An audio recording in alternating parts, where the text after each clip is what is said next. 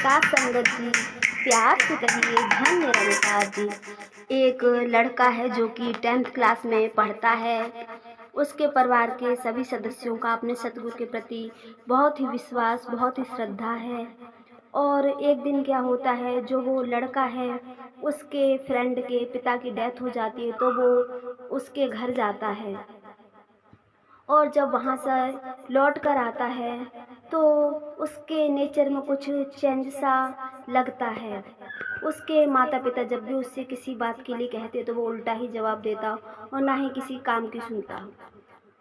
तो जो उस लड़के के माता पिता थे वो थोड़े परेशान से हो जाते हैं कि हमारे बेटे का तो ऐसा नेचर था ही नहीं, पता नहीं इसे 2-3 दिन से क्या हो गया है, ये ऐसे उल्टे जवाब देता है और ना ही किसी काम की सुनता है।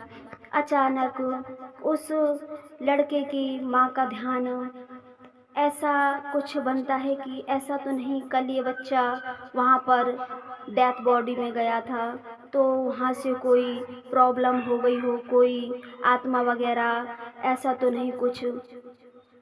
तो उनको ऐसा लगता है जैसे कि उनसे उनके सतगुरु कह रहे हैं कि सुमरन करके इस बच्चे को चरणामृत पिलाओ, सब ठीक हो जाएगा। तो वो ऐसा ही करती हैं, वो सुमरन करके उस बच्चे को चरणामृत पिलाती हैं। तो वो लड़का एकदम से चिल्ला पड़ता है, मेरे पास चरणामृत मत लाओ, मुझे चरणामृत की कोई ज़रूरत नहीं है, मैं बिल्कुल ठीक हूँ। तो उसकी माँ समझ जाती है कि ज़रूर इस पर कोई न कोई भूत वगैरह ऐसा लग रहा है, जैसे कि किसी ने परेशान करके रखा है। जैसे ही उस लड़के की माँ उस लड़के को चरणामृत पिलाती हैं तो वो चिल्ला कर कहता है कि हाँ, मैं तुम्हारे घर में आया हूँ, तुमने जान ही लिया है तो अब सुन लो, मैं तुम्हारे बेटे के अंदर प्रवेश कर गया हूँ और जो तुम सोच रही हो वैसा ही है। मैं उसके फ्रेंड का पिता ही हूँ, मुझे मुक्ति चाहिए और मैं इसीलिए तुम्हारे घर में आया हूँ, क्योंकि तुम्हारे घर में सब सत्संगी हैं और मैं तुम लोगों के ज़रिए मुक्ति प्राप्त कर लूँगा।